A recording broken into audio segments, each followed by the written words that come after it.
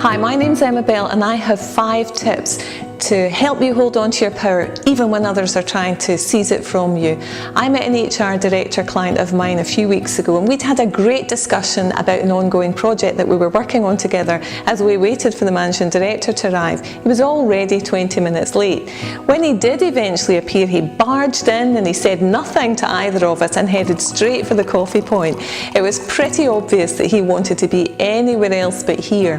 The HR director went from being bubbly and confident to quiet and closed. She was obviously a little intimidated by the MD's body language.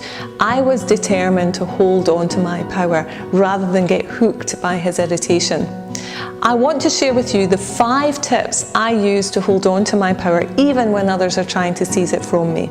Tip number 1, get curious. By wondering about what could have put them in such a negative mindset, you're consciously acknowledging that this has absolutely nothing to do with you. It's their thinking that's causing their challenging behaviour.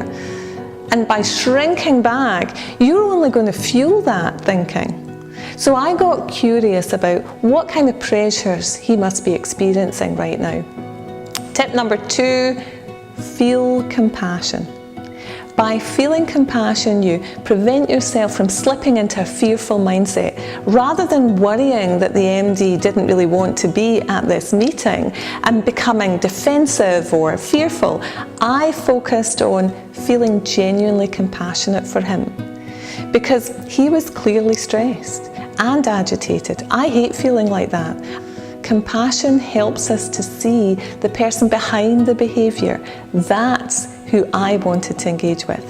Tip number 3, ask open questions. Get them talking. It's the most effective way to bring others into the present moment.